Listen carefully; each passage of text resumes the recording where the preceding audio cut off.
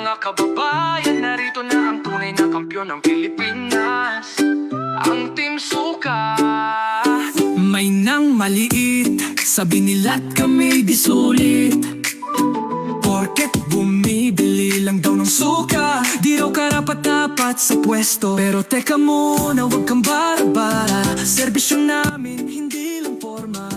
Alright, magandang gabi everyone. Welcome again sa ating panibagong live. So this is JTV.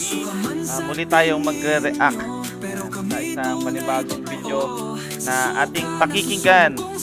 Yan, doon sa mga idol nating mga DDS vloggers. Maganda tong topic natin, no? Ito'y patungkol po doon sa survey na mga lumabas at the same time, ano ba talaga yung pinaka-stand ni BP Sara at sino ba dapat talaga ang dapat suportahan natin lahat. Alright, so yan, habang inihintay natin, okay, don't forget to tap the screen and share the live. Yan. Para marami pong makabot ng ating live. Yan. Doon sa mga naghihintay dyan guys, if you want to be part of my team, just send a heart me lang guys para maging part kayo ng team. So ano na rin yan, parang pinaka-attendance na rin po natin. Yan, yung pag-send ko na heart me. Okay. Yan, tap the screen and share the live guys. Yan. Lagot kayo sa amin, Team Suka tayo, laban sa mga peke sa gobyerno. Team Suka tayo, para sa tunay na serbisyo. Team Suka tayo, para sa ordinaryong Pilipino. Team Suka, ipanalo natin. Alright, Team Suka all the way. Babalian ang suka. May sinungaling, babasain ng suga. Kung hindi totoo, lalantad sa suga. Mga fake dyan, mag-ingat na. Suka tayo, laban sa mga peke sa gobyerno. Correct. Team Suka tayo, para sa tunay na serbisyo. Team Suka tayo, para sa ordinaryong Pilipino. Suka, ipanalo natin. Huwag kang magpautos sa elitista. Ang tunay na lingkod ay para sa masa. Team Suka, para sa masa, para sa bayan. Oh. Oh.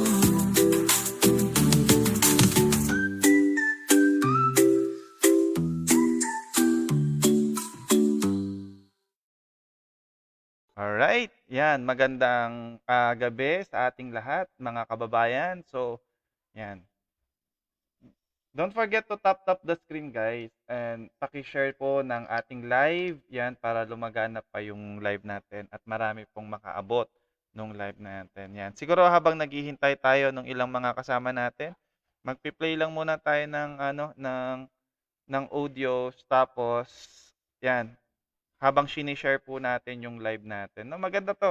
Yung topic na to, yung survey at yung stand talaga ni BP Sara kung sino ba talaga yung dapat suportahan natin. So anyway, yan.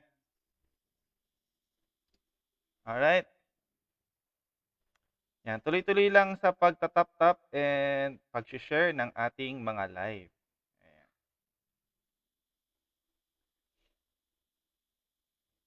Yan, shout out po sa inyo, Sir Nico, shout out. Yan, 7G.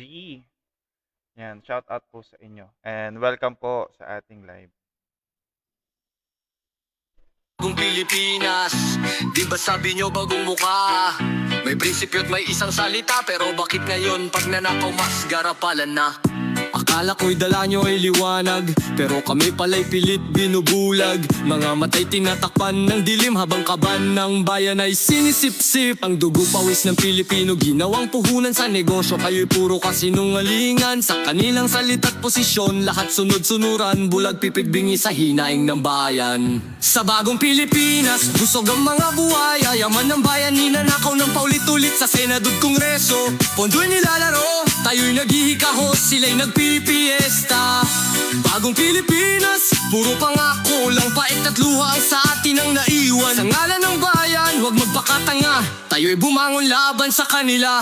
Kung makapag-ayuda parang utang na loob, turing nila sa tao parang asong nakatali. Pinapakain ng tira-tira na parang grasya, pero di mo alam kinainan nilang yaman ng bayan. Pinilit naming maniwala, nagtiwala sa salita, pero bayan ko nila muna ng sistema. Sa bagong Pilipinas, walang pagbabago, buhaya pa rin lahat, busog sa dugot, pawis ng bawat Pilipino. Sa bagong Pilipinas, busog ang mga buhaya, yaman ng bayan, ninanakaw ng paulit-ulit. Sa Senado at Kongreso, pundo'y nilalaro, tayo'y naghihikahos, sila'y nagpipiesta. Bagong Pilipinas, puro pangako, walang pait at luha ang sa atin ang naiwan. Sa ngalan ng bayan, huwag magpakatanga, tayo'y bumangon laban sa kanila. Kita mo ba ang kanilang kalakaran? Tao'y gusto nilang manglimos habang sila'y pinupuri. Mga proyekto ipapugi, puro pagpapanggap, pundo ng bayan, diretsong bulsang lagayan. Bayan ay umiiyak, pilit na sinasakal, sila'y nagpapayaman sa gitna ng kaban. Bagong Pilipinas, pero luma ang galawan, mga lider ng bayan sanay sa pandarambong at kasinungalingan. Sa likod ng pangako, puro huwad na layunin, pera ng bayan kailang tunay na hanggan. Bagong Pilipinas, busog ang mga buhaya, yaman ng bayan, ninanakaw ng paulit-ulit. Sa Senado at Kongreso, pondo'y nilalaro, tayo'y naghihikahos, sila'y nagpipiesta. Bagong Pilipinas, puro pangako lang, bait at luhang sa atin ang naiwan. Sa ngalan ng bayan, huwag magpakatanga, tayo'y bumangon laban sa kanila. Senado at Kongreso, Tuloy-tuloy lang guys sa nagkaisang pagtatap maglaro. and share the live guys. Yan. Tap Pondo tap and ng share the live po. bayan, ginawang parang kasino. Sila ang dealer, tayo ang taya, laging talo ang Pilipino. Walang napapala. Sa bagong Pilipinas, busog ang mga buhaya, yaman ng bayan, ninanakaw ng paulit-ulit. Sa Senado at Kongreso, pondo'y nilalaro, tayo'y naghihikahos, sila'y nagpipiesta. Bagong Pilipinas, puro pangako lang, pait at luhang sa atin ang naiwan. Sa ngalan ng bayan, huwag magpakatanga, tayo'y bumangon laban sa kanila. Akala ko ba bagong Pilipinas, nasaan ang prinsipyo, nasaan ang salita? Bayan ko bumangon na, sobra na.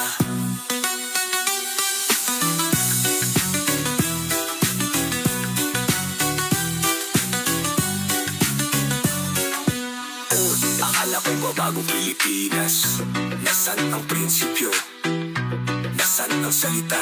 Bayan ko, bumangon na, sobra na.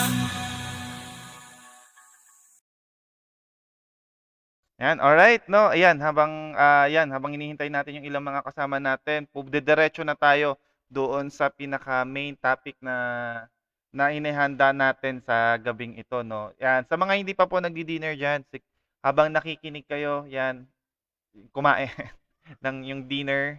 Alright, yung iba mga nagtitimpa ng coffee para alam mo yun, hindi masyadong malamig sa gabi.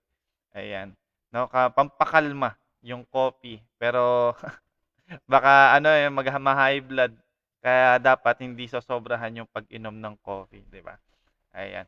So, yan. Anyway, guys, no, ang pag-uusapan natin yung mga surveys na mga lumalabas ngayon regarding sa senatorial surveys, yung trust ratings, mga surveys, at the same time, etong stand ni VP Sara regarding kung sino ba talaga ang dapat suportahan natin. Alright, so wag nating patagalin pa na po maririnig natin. Di na tayo magpa-flash ng video guys para hindi tayo ma-restrict. So, pakikinggan natin no, dalawang mga DDS vloggers sa comment nila regarding dito sa topic na ito. Okay, so kokomentan natin yung kanilang mga komento. So, wag natin patagalin pa. Let's go. Lumabas na Pulse Asia survey na nagpapakita na malaki po yung ibinaba ng approval at trust ratings ni President Marcos. How concerning is this for the President? Nalaman po natin na ang respondents dito ay 2,400. Definitely yun ang political strategy nila. Ang nakikita ko lang dito, pag nanalo yung mga inendorso, parang ini-impluwensyahan nila yung mga senator judges, which is, yun naman po ay taliwas po dapat sa tamang gagawin. Yan na nga ho ba sinasabi natin, nagpapanik na ho itong mga aso ni Tambaluslos dyan sa pag-iendorso nitong si Vice President Sara Duterte dito kay Amy Marcos manggagamit at dito kay Camille Villar. Hindi dapat yon ang inyong mga kinatatakutan. Alam nyo kung sino dapat ang kinatatakutan nyo ngayong mga panahon na to. Eto, sila ang dapat yung katakutan. Yung dalawang yun wala yun. Etong 10 na to. Ha? Correct, 'di ba? Yung nakita niyo yung epekto nung pag-endorso ni VP Sara doon sa dalawa kay Camille Villar at saka kay Senator Amy Marcos. 'Di ba? Pati yung mga yung administrasyon kagaya ng mga kongresista na paborable dito sa administrasyon, lahat sila medyo kumbaga medyo nataranta doon sa ginawang pag-endorso ni VP Sara dito sa dalawang kandidato ng alyansa. So marami silang kani-kanilang mga opinyon at reaction doon sa pag-endorso ni VP Sara, no? Nakikita nila puro more on political strategies, ganyan-ganyan, political survival, no? Mamaya pag-uusapan natin 'yan lahat, no? Pero ang sinasabi dito ni Sir PH Update, 'yan, hindi mo dapat katakutan kung ikaw nasa administrasyon, no? Ikaw yung kaalyado ng administrasyon. Dapat hindi kinakatakutan yung pag-endorso doon sa dalawang senator ng alyansa, which is yung kay Camille Villar at Senator Amy Marcos. Kasi dapat ang kanilang katakutan, no? Ito, yan, lakihan natin para kitang-kita ninyong lahat. Yan, ito yung dapat nilang katakutan. Kapag pumasok po itong 10 ito ng PDP laban diyan po sa Senado, nako, katapusan na po ng mga masasamang gawain nila dyan sa Kongreso. Ayan. No?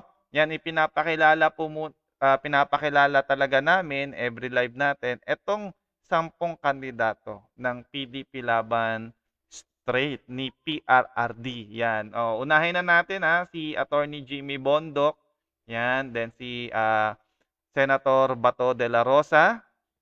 Yan, Senator Bongo, si Attorney JV Hinlo, si Attorney Raul Lambino, walang kupas at matapang, no, na kongresista.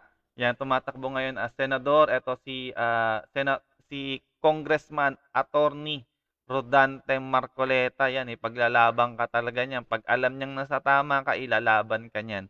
Yan, si Dr. Marites Mata, alright, isang doktor, so para sa kalusugan natin. Si Pastor Apollo Kibuloy, nandiyan din po. Si Attorney Vic Rodriguez at si Philip Salvador. So etong 10 na to, 'di ba? Ito yung dapat nilang katakutan. Na kapag ito naupo to sa Senado, yung Duterte effect, yung Duterte policy, hawak-hawak po nitong 10 to. 'Di ba? Sila yung may hawak ng polisiya ni PRRD. Kasi sabi nga hindi naman kukuha si PRRD ng putyo-putyong kandidato lang 'di ba? So, syempre, ang gusto ni PRRD yung alam niyang taong makakatulong sa bayan. Yung para sa bayan at ang gagawin lang niya ay para sa mga tao at sa bayan. Walang personal interest. Kumbaga, walang mga bagahe, walang impluwensya ng mga elites at mga oligarko, ng mga taong mayayaman at ma-impluwensya. Hindi lang basta mayaman yung ibang mayaman nasa politiko na, nasa politics na. 'Di ba? So, wag nilang katakutan. No, na-advise natin yung mga nandiyan. Wag niyong katakutan po yung pag-endorso ni VP Sara diyan kay Camille Villar at kay Amy Marcos. Ang katakutan po ninyo kapag pumasok po itong 10 kandidato ng PDP laban kasi lahat ng kawalangyaan, kabulastugan na pinaggagawa nyo po dyan, especially dyan sa budget ng pambansang budget natin, no? Mawawalan na po ng yan, mawawalan na po yung mga hocus-pocus nyo dyan. 'Di ba? Yung mga insertion nyo dyan, mawawala na. 'Di ba? Yung pagkahari-harian nyo dyan, mawawala na rin yan pag nakapasok po itong 10 na to. At the same time, etong mas nakakatakot. Kapag nakapasok po ito, 10 kandidato ng PDP laban, hindi po mai-impeach si VP Sara. Kasi iyan naman talaga yung kinakatakutan nila, yung manatili sa pwesto ang Duterte. Bakit po? Kasi alam nila yung mangyayari sa kanila eh. Kapag nagtuloy-tuloy 'to na hindi maalis si VP Sara at sa pagdating po ng 2028 presidential election, nakikita naman natin yung mga surveys, 'di ba? Yung approval and trust rating ng mga na kumbaga yung pagtitiwala ng tao eh nandito po sa Vice President ng Pilipinas. At malaki yung tsansa na itong si VP Sara ang maupo po diyan sa 2028 presidential election. Wala nang iba. Meron pa ba kayong naiisip na ibang tao na ah, malakas ngayon sa presidential election? Wala na eh. Ang maingay lang talaga at number one talaga sa survey pagdating sa presidential sa 2028, si VP Sara lang talaga. At yung mga pinaggagawa nila, eh talagang dapat katakutan niya. Katakutan nila. Pero tayong mga taga-suporta, tayong mga simpleng mamamayang Pilipino, kumbaga dapat tayo magalak. Dapat tayo maging masaya dito sa mga nangyayari ngayon. Bakit? Kasi alam natin darating yung panahon na yung boses naman natin yung mananaig, no? Yung boses naman natin yung maririnig diyan po sa sa gobyerno, diyan po sa administrasyon. Kaya onting tiis ng malapit na no, na malapit na yung eleksyon, wala nang isang buwan. So matatapos na, ang gawin lang natin ipasok lang natin itong 10 kandidato po ng PDP Laban. Wala kayong ilalaglag diyan kahit isa. No po, kapag may nilaglag po kayo diyan kahit isang kandidato po ng PDP Laban, simple lang po ayaw niyo pong maibalik yung Duterte policy. Wala po kayong tiwala sa Duterte. At the same time, ayaw na po natin ng pagbabago kung may mailalaglag tayo diyang mga kandidato. Etong 10 na ito guys, sapat to 'di ba?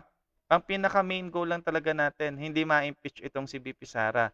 Kasi itong 10 kandidato na to ang maghahanda. Itong 10 na senatorial candidate, pag nakapasok to, ito yung maghahanda no ng daanan ni VP Sara papunta po bilang pangulo po ng Pilipinas pagdating po ng 2028 presidential election. Kaya itong midterm election na to is very crucial talaga. Very crucial po talaga ito para sa atin. So ito na, ituloy natin itong pinakikinggan natin si Sir PH Update. Alright? Hindi dapat yon ang inyong mga kinatatakutan. Alam nyo kung sino dapat ang kinatatakutan nyo ngayong mga panahon na to. Heto, sila ang dapat yung katakutan. Yung dalawang yun wala yun. Etong 10 na to. Ha?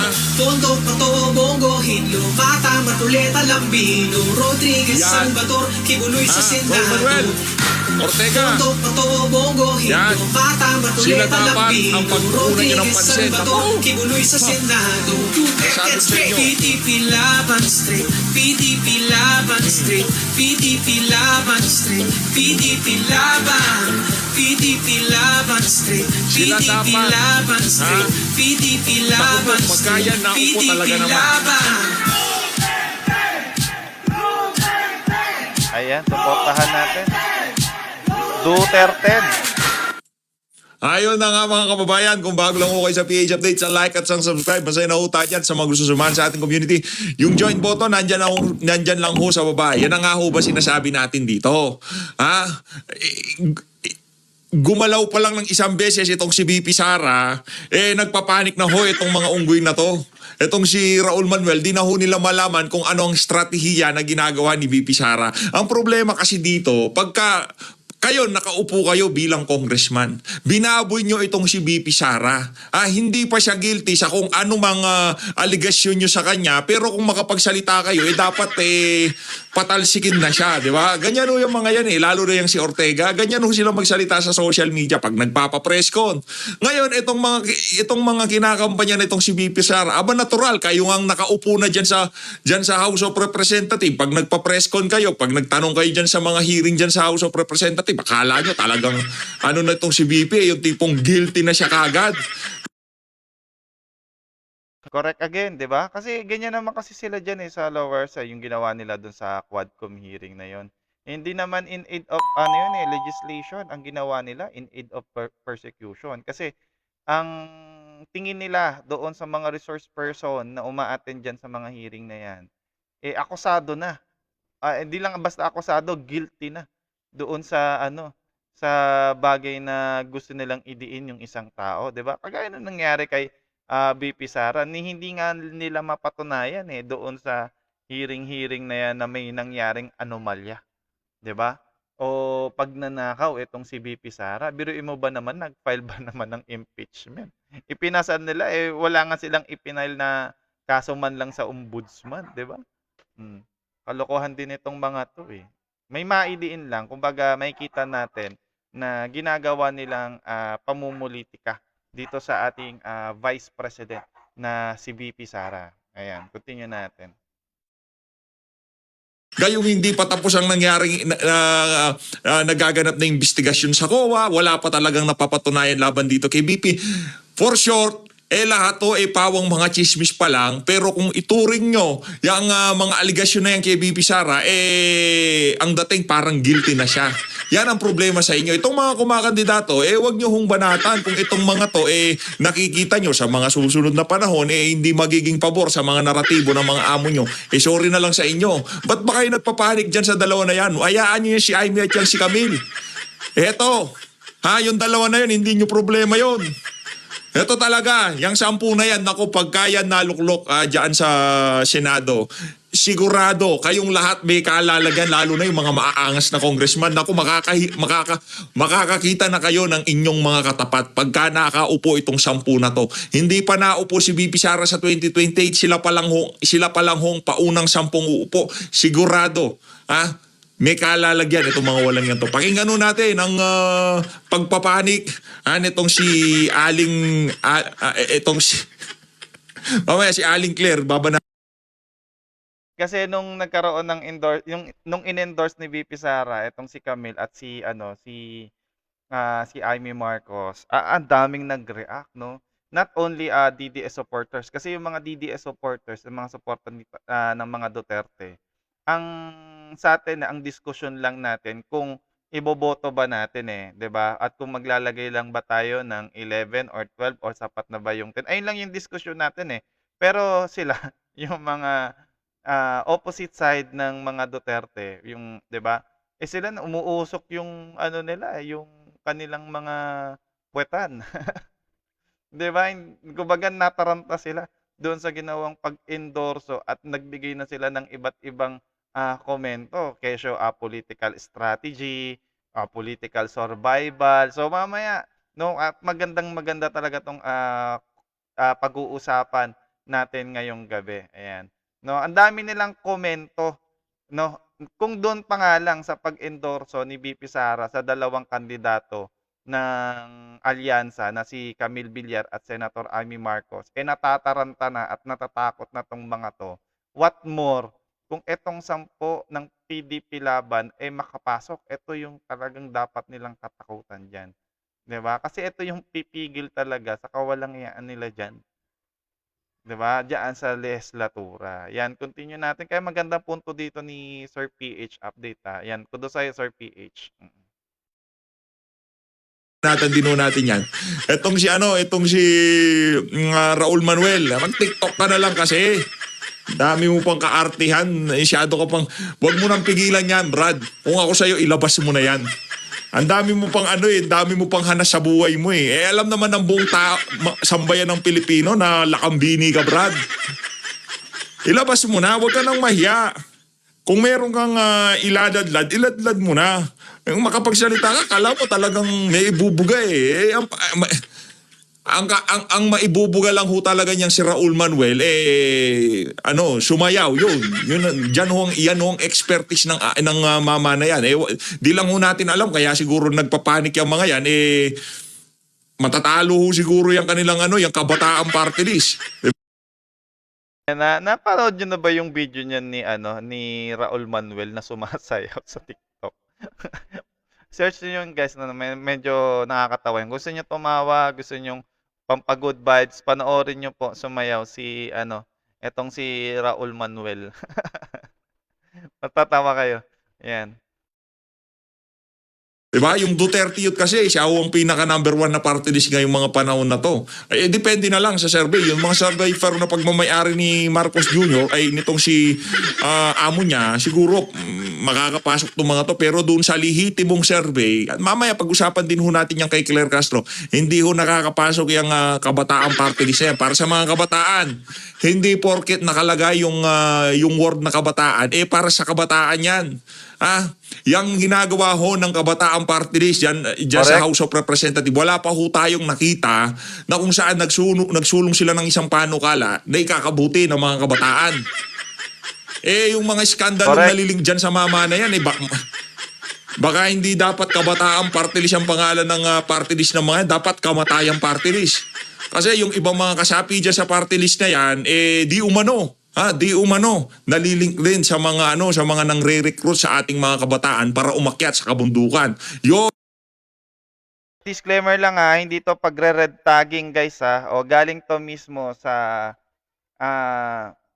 isang ahensya ng gobyerno, no? At meron tayong kopya na nagpapatunay talaga yung ibang mga miyembro nitong kabataan kasama po doon sa mga namumundok. 'Di ba? Yung iba nga nasama doon sa inkwentro. 'Di ba? May copy tayo niya, may listahan tayo na nandito sa atin. Nung mga nakaraan pinakita na rin natin, no. Kaya meron kaming ditong strategy guys may plano kami na kung paano natin maaalis yung mga ganyang grupo diyan sa Kongreso. Ayan.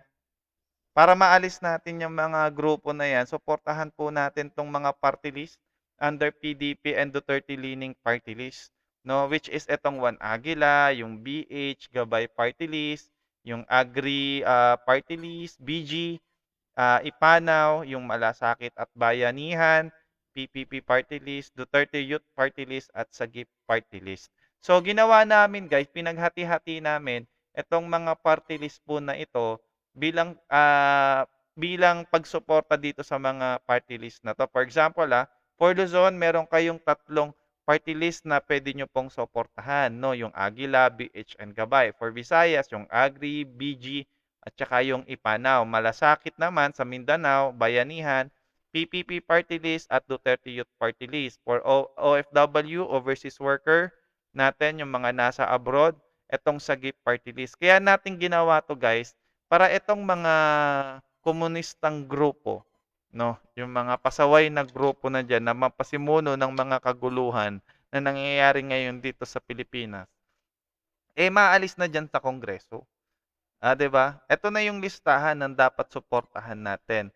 No, tanggalin na natin yung mga party list na yan. No, kasi mangyayari guys, kapag hindi ganito yung possible na kasi ang kilalang party list lang kasi dito, eto to be honest sa inyo, itong Duterte Youth at itong Sagip party list. Yung Sagip party list talagang may mga boto na yan at yung Duterte Youth party list. Ang kailangan lang naman sa party list, at least ang goal natin, 2 million vote minimum vote, at malaki na yung tsansa niyan na makakakuha po yan ng 3 seat diyan po sa Kongreso. Kaya mahalaga po na maipasok natin to, kasi kung halimbawa ang boto natin ibubuhos lang natin sa isang party list kagaya ng Duterte Youth party list at umabot na halimbawa ng 10 milyon mahigit yung kanilang boto, masasayang po yung boto kasi each person, each voters, kailangan lang nilang bumoto ng isang party list. 'Di ba? 2 million lang yung minimum goal natin, 'di ba? Para makakuha sila ng 3 seat yan po sa Kongreso. Ibig sabihin 3 kongresista na agad na leaning sa PDP at Duterte yung makakapasok, 'di ba? Ngayon, ito kasi ginagawa natin national 'di ba? National level tayo. Pagdating kasi sa mga district congress, yung iba sa kanila kasi walang mga kalaban doon sa mga lugar nila, mga pinagdi-disqualified nitong COMELEC na ito para manatili itong mga kongresista na to na diyan sa Kongreso. Pero kung ipipilit natin guys at ipapanalo rin natin itong mga PDP na party list or Duterte leaning ng mga party list o kumbaga yung sumasaklaw doon sa Duterte policy ni PRRD, malaking bagay. 'Di ba? Ang magagawa po nito, maalis na natin yung mga komunistang grupo na naghahari po diyan sa lower house, 'di ba? Para wala nang kaguluhan kasi sila talaga yung pasimuno ng gulo diyan, 'di ba? Pati sa Pilipinas sila talaga 'yan, 'di ba? 'Yan, ituloy natin, yung sinasabi dito ni, Sir PH. na mga usap-usapan dyan. Kaya naman para sa inyong mga anak, sa ating mga kabataan, huwag nyo hong iboto yung kabataan party list. Napakalaking perwisyo ho niyan sa sambayan ng Pilipino. Kung gusto nyo talaga, Correct. gusto nyo ho talaga, nandyan ho ang Ipanaw. Nandyan ho ang, nandyan ho ang Duterte Youth. Nandyan ho BG, kay Bisaya Youth, dito kay Sir Greco. Di ba? Nandyan. Tsaka guys, itong mga grupong 'to 'no, pansinin niyo pagdating sa mga Duterte, todo-todo sila batikos, eh. 'Di ba, araw-araw hindi sila nawawalan ng script, 'di ba? From, confidential fund, from, dun din sa AGK, doon sa war on drugs, 'di ba? Pati dun sa impeachment, araw-araw lagi silang may script. Pero itong, ginagawang anomalya, yung diyan sa BICAM, sa ano, wala tayong narinig dito sa mga 'to. Nagsalita sila isang beses tapos wala na, hindi na nila pinagdiinan. Ang mainit ang dugo nila dito po sa mga Duterte kasi isa sa mga naging pulisiya po noon ni Tatay Digong yung paglaban po sa insurgency, 'di ba? At maraming mga kabataan ang natauhan that time at bumaba po doon sa mga kabundukan. Marami silang na tawag dito, na-save ng mga kabataan at umayaw na doon sa, ideology ng, CPP, NPA, NDF, 'di ba? At nagbagong buhay na at nakipagtulungan na sa gobyerno, 'di ba? Katuwang po niyan ni Tatay Digong, ito pong si Pastor Apollo Kibuloy, kahit nung hindi pa presidente si Tatay Digong, ginagawa na po niya 'yan doon sa Davao nung mayor pa lamang po siya. Kaya itong mga 'to, galit na galit talaga 'to sa mga Duterte. Bakit? Kasi naging insignificant kasi itong ano, yung ideology nila, 'di ba? Itong mga pinaggagawa nila, 'di ba? Kasi kung tutuusin, kung totoo talaga ng gusto mo ng pagbabago, gusto mo talagang makatulong sa Pilipinas, simple lang, puwede ka namang makipagtulungan. Bakit kailangan mo pang umakyat ng bundok at humawak ng baril at makipaglaban sa gobyerno? Puwede ka namang sumali sa gobyerno kung gusto mo talaga ng pagbabago because meron tayong demokrasya, 'di ba? Democratic country tayo, puwede mo naman yung gawin. Bakit kailangan mo pang umakyat ng bundok? Bakit kailangan mo pang manghikayat ng mga kabataan na lumaban sa ano, sa gobyerno? Ang nangyayari tuloy, nagiging terorista sila. Nagiging illegal yung paglaban nila. 'Di ba? Maganda yung ideolohiya ninyo, socialism. Pero ang nangyari, mali yung paraan.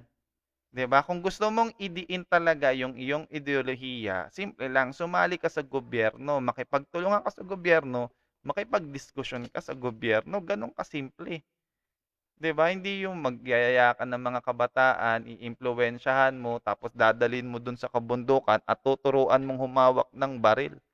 Hindi po ano yon, hindi hindi tama po yun, 'di ba? Kaya kami laban talaga kami dito sa insurgencies na ano, 'no, kasi ang dami kasing naiimpluwensyahan nito. Sayang yung mga kabataan natin. Sabi nga ni Rizal, ang kabataan, ang pag-asa ng bayan. Pero itong mga 'to, nililigaw nila yung kaisipan ng mga kabataan. Sabi ko nga sa inyo, minsan ang dayaan, ang pagmamanipula, hindi lang po yan minsan sa boto o resulta ng botohan ng eleksyon. Minsan ang nadadaya at naiimpluwensyahan dito yung kaisipan ng mga tao, ng mga Pilipino. Kaya minsan mag-iingat din tayo, doon sa mga balita ng mainstream media. Kung maalala ninyo yung sinasabi ni Madam Sas, yung binara niya si Karen Davila, kung napanood niyo yun, 'no, na yun nga, ang dinidiin nito ni Karen Davila kasi inaatake daw sila ng mga vloggers doon sa fake news, 'no?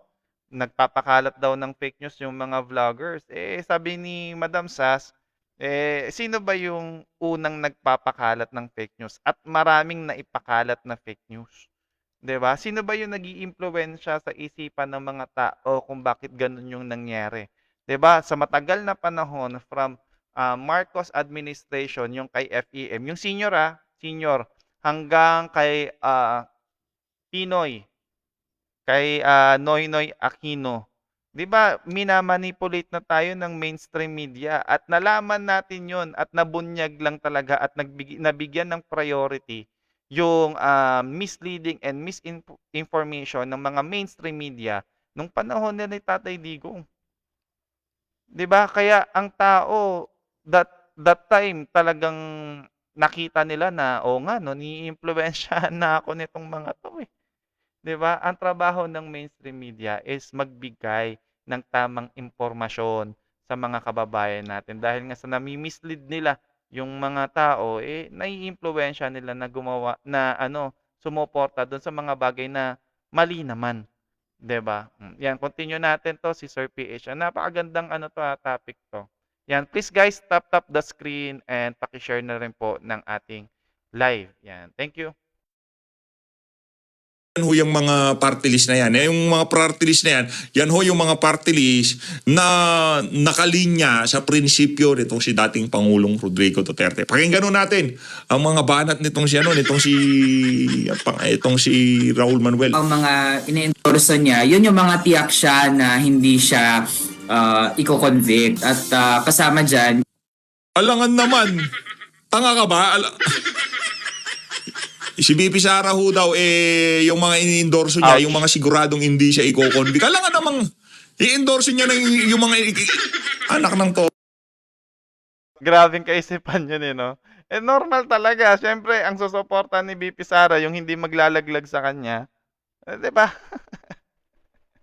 Ano nang suportahan niya yung ilalaglag siya pagdating ng impeachment trial? Siyempre, ang susuportahan niyan, yung alam niyang tutulong sa kanya na hindi siya ma-impeach diyan sa Senado sa impeachment trial niya. Ito naman si Raul Manuel, yung mga reasoning mo kakaiba rin, eh. Halatang hindi pinag-isipan, eh. Ayan, continue natin. Pambihira, kung ganyan mag-isip ang ating mga kabataan. yung Klase. dalawang tumatakbo ngayon for senator. Dumagdag sa listahan ng ini-endorsong senador ni Vice President Sara Duterte sa nalalapit na 2025 midterm elections si Las Piñas Representative Camille Villar. Ito ay kahit kabilang pa rin ang kongresista sa Alyansa para sa Bagong Pilipinas ni Pangulong Ferdinand Marcos Jr. Noong nakalipas na linggo lamang ng formal na ilunsad ni VP Sara ang suporta nito sa eleksyon para sa re-electionist na si Senadora Amy Marcos.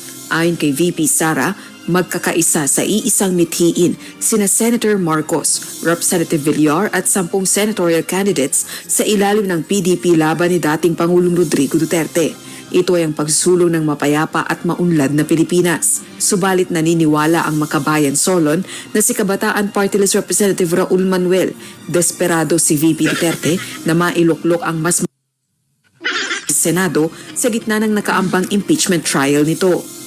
Kaya ang pag-endorse niya, nagpapakita yon ng kanyang desperation para Nako. isad ba yung kanyang sarili kasi kapag makonvict siya, matatapos na ang kanyang Kayo naman, parang di naman kayo bago sa politika. Politics is a game of survival. Yun ho yan. Yung Correct. survival nitong, yung political survival nitong si BP Sara, wala ko siyang pakialam doon. Nakikipagbaragan nga sa social media. Wala nga siyang pakialam kahit anong sabihin sa kanya. Di ba? Yung tipong, wala akong pakialam, wala akong... Totoo yun, guys, no? 'Di ba nga sinabi nga ni BP Sara, kung halimbawa mai-impeach siya, 'di ba? At matuloy yung impeachment at in-impeach siya diyan sa impeachment trial na 'yan diyan sa Senado. Sabi niya yun na yung katapusan niya ng political career niya. Yun lang, 'di ba? Kasi hindi niya rin kumbaga sa kanya parang si PRRD din kung ito yung kapalaran ko, 'di ba? So be it. Tatanggapin ko ito yung kapalaran ko. Pero syempre nga, kailangan mo pa ring lumaban. Kaya nga lumalaban si BP Sara, kaya nga nag-i-endorso siya ng mga kandidato, 'Di ba? Kaya nga sinusuportahan niya yung 10 kandidato ng PDP laban. Kasi etong mga kandidatong to na sinusuportahan niya. Ito yung tutulong sa kanya diyan sa impeachment. Siyempre ano nang magpa-ano ka, ma magpatanggal ka na lang ng basta-basta, 'di ba? Siyempre pipili ka ng tao na alam mong, sinusuportahan ka at magse-save doon sa political, career mo. Pero hindi ibig sabihin nun, 'di ba, na alam mo 'yun, yung parang masyado siyang si VP Sara masyadong eager dun sa kanyang political career, hindi. 'Di ba? Hindi gano'n ang ibig nating sabihin. Ang ibig sabihin natin dito 'no, talagang matalino lang talaga yung ginagawang, diskarte nito ni VP Sara. Normal talaga na susuportahan niya kung nasa politika ka, normal talaga na susuportahan ni VP Sara yung mga kandidatong alam niya na magse-save sa kanya doon sa Senado, 'di ba? O ano ng suportahan ni VP Sara yung maglalaglag sa kanya, 'di ba? Eto si Raul Manuel hindi rin nag-iisip, eh. Makapagkomento lang, eh, 'di ba? Hmm. Yung bisyo maging presidente. Pag nagsasalita siya dyan sa House of Representatives, yun ang narinig natin sa kanya. Yung pagdating sa political survival ni VP Sara, wala na ho siyang pakialam doon. Dandil na ho yung kay VP Sara. Maging presidente siya, hindi siya maging presidente, wala siyang pakialam. Yang mga galaw na yan itong si Vice President Sara Duterte, para ho yan sa ating mga kababayan. Yan ang tinatawag nilang survival of the nation. Yan yung iniisip ni VP. Yung political survival, napakababaw naman noon. Nag-iisip lang ng ganyang klaseng mentalidad yung mga kagaya mo, Raul Manuel. Pero yung mga tunay na nagmamahal sa bayan, yung political survival, wala silang pakialam dyan. Wala silang pakialam dyan. Kasi kung political survival ang iniisip nitong si VP Sara, dapat tumakbo yan, presidente. Hindi Correct, dapat hindi vice president, 'di ba? Dapat ang tinakbuhan nito presidente kung political survival lang yung habol nito. Or may political agenda 'to, 'di ba? Kumbaga meron siyang intensyon na iba. O bakit vice president? Bakit hindi presidente? That time, alam naman natin na number 1 sa survey itong si VP Sara at kung itatapat to kay BBM at VP Sara nung nakaraang presidential election, malaking tsansa na itong si VP Sara ang mananalo. 'Di ba? Tuloy natin tumakbo ng vice president yan. Diba? Sinamahan niya itong si Marcos Jr. doon sa pangako ng pagkakaisa, continuity doon sa naumpisahan ni Tatay Digong. Tama, mali? Yun, doon sa Tama. umbrella na yun, ipinasok ni VP Sara ang kanyang prinsipyo nung sinamahan niya itong si Marcos Jr. Pagdating sa political survival, hindi ho tayo naniniwala na ang ginagawa ni VP para sa political survival. Kalokohan ho yan. Maging presidente, hindi maging presidente, wala na hong pakialam yan si VP Sara pagkatapos ng ginawa nila dito kay dating Pangulong Rodrigo Duterte. Wala na hong pakialam yan. Ang iniisip na lang ho niyan, para ho talaga sa ating mga kababayan. Yun na lang ho talaga. Survival na lang ho ng ating bansa. Kasi pag nagpatuloy pa itong mga kabalbalang ginagawa ng administrasyon na to, ano sabi ni VP Sara? Baka sa 2028, wala ng Pilipinas. Posible ho yun. Meron hong intel, meron hong nalalaman niya si VP na hindi ho natin alam. Ano ho bang pinaplano nitong bangag na to, di ba? Nitong si Marcos Jr. Kaya tayo ay naniniwala pagka naupo itong 10 na to, kahit papaano, mapipigilan ho nila ang pwersa ng kadiliman dito sa bansa na to. Tuloy. Kaya mahalaga talaga na ipasok natin yung 10, Yan. Kasi ito talaga yung boboses talaga sa atin dyan sa gobyerno. Yung mga anomalyang pinagagawa nila. At ito guys, mahalaga talaga na ipasok nyo yung 10 na yan. Baka magulat na lang tayo pagising natin. Isang araw, iba na yung form of government natin. No? May binabanggit si Sir PH update na baka wala na yung Pilipinas, 'di ba? Baka iba na yung form of government natin. Kaya kailangan ipasok nyo to para meron tayong taga-masid, taga-observe, taga-sita, 'di ba? Doon sa mga maling pinaggagawa nitong mga tiwaling mga politiko na ang hangad lang yung mga personal interest nila. 'Di ba? Yan, para may bumuboses talaga doon sa totoong boses ng taong bayan. Ayan. Continue natin. Napakagandang topic.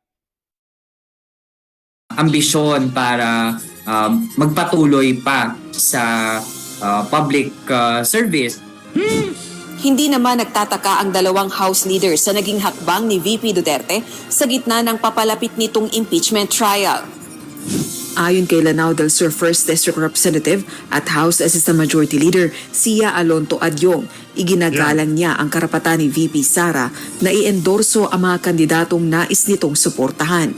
Ngunit questionable para sa kanya ang timing at implikasyon nito sa gitna ng napipintong impeachment trial ng Vice Presidente. Para naman kay House Deputy Majority Leader La Union 1st District Representative Paulo Ortega, natural lang na naghahanap na umano ng kakampi si VP Sara para sa nalalapit na Senate impeachment trial. Definitely yun ang political strategy nila. Ang nakikita ko lang dito, pag nanalo yung mga inendorso, parang ini-impluwensyahan nila yung mga senator judges, which is, yun naman po ay taliwas po dapat sa tamang gagawin. O ano bang gagawin? O Congressman Ortega, ini-impluwensyahan daw dun sa tamang gagawin. Kayo ba dyan sa House of Representatives, ginagawa nyo ba yung tamang gagawin? Ginagawa ng isang congressman? Ano na pinrejudge yun itong si VP Sara bago pa mag-umpisa lahat ng kabalbalan nyo dyan sa mga committees dyan sa House of Representatives. Ano na guilty na sa inyo eh. Yun ba ang tamang gawin ng isang congressman? Hindi ho yun. Din-aid of Yung pagmamadali pa lang nila na yung ma-proceed yung impeachment ni VP Sara, 'di ba? Oh. Ayun ba yung tamang gawain ng isang congressman? 'Di ba? Yung mga ayuda-ayuda nyo ba, yan ba yung tamang gawain pagresolba sa kahirapan? 'Di ba? Sa inflation, sa kawalan ng hanap buhay, yan po ba? Tanong lang. Ayan ba yung tamang gawain? Kung paano niya nga pinagbintangan. Ginawa nyo ng guilty yung tao kahit wala pa naman kayong napapatunayan. Diba? Ano bang resulta nung naging hearing nila dyan sa Quadcom? Diba? Wala naman silang naging resulta. Anong batas ang nabago? Ano yung batas na amend? Anong batas ang naipatupad nung ginawa nilang hearing? Wala naman. Diba? legislation kayo, pero anong ginawa nyo? Binaboy nyo itong si Vice President Sara Duterte. Pagka kayo gumawa, okay lang. Nung piniprejudge nyo itong si VP Sara dyan sa confidential fund na yan, gayong sinabi na naman ng COA na anong tawag doon? Unmodified opinion ha ng meron nung inilabas na dokumento na gano'n ng Commission on Audit. Pinansin nyo ba? Hindi. Sinabi ng COA, under investigation ho siya, kaya hindi ho natin pwedeng pag-usapan, hindi ho kami pwedeng maglabas ng impormasyon kasi, ang tawag doon? Sub judice ba tawag doon? O, basta, merong ganong dyan, hindi pwedeng pag-usapan habang, meron pang question sa Korte Suprema. Anong pinilit ni Paduano? Wala na sub judice dito, hindi pwede sa amin yan. Ganun ho sila dyan sa House of Representatives. Kinalkal ho nila yung mga kung ano-anong kababuyan. Gumawa ho sila ng napakaraming invento laban dito kay VP Sara. Mga ano ho yan, mga Correct. Elected government official. Ngayon, yung ginagawa nila habang nakaupo sila dyan sa House of Representatives, hindi pa ho ginagawa, kumbaga napapraning sila eh. Hindi pa ginawa nitong si Camille Villar, hindi pa ginawa nitong si Amy Marcos, nagpapanik na ho sila. Yan ang problema dyan sa mga aso ni Tamba. Kaya sa mga taga La Union mag-isip-isip po kayo. Pagka binoto nyo pa yung si Ortega, naku talaga naman. Isa ho yan sa mga galamay nitong si Tambaluslos diyan sa House of Representatives. Mga perwisyo sa bayan yan, mga salot yan. Wala ho tayong nakitang maganda resulta sa 19 Congress diyan sa mga magkagrupo na yan. Anong may pagmamalaki nila sa sambayan ng Pilipino? Yung ayudang ipinamimigay nila. Wala hong kakwenta-kwenta. Yun ang ating sigurado dito. Naibsan ba ang kahirapan ng ating mga kababayan? Akala ko bang hustisya yung ayuda na yan? Ano na hubang nangyari? Sa pamimigay nila ng ayuda, ano na hubang nangyari? Ang cute nitong si Ma'am Camille Villar dito. Ma'am Camille! Nako. Hindi na kayong priority ngayon dito sa PH Update. Tama itong si Atty. Jimmy. Tama ho siya eh.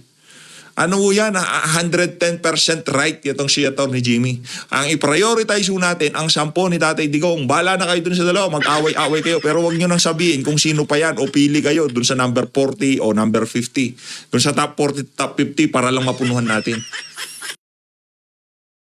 Agree ako doon, no? Kahit na may mga ganyan, halimbawa, plus 2 plus yung 11, 12, magdadagdag ka pa ng dalawa, 'di ba?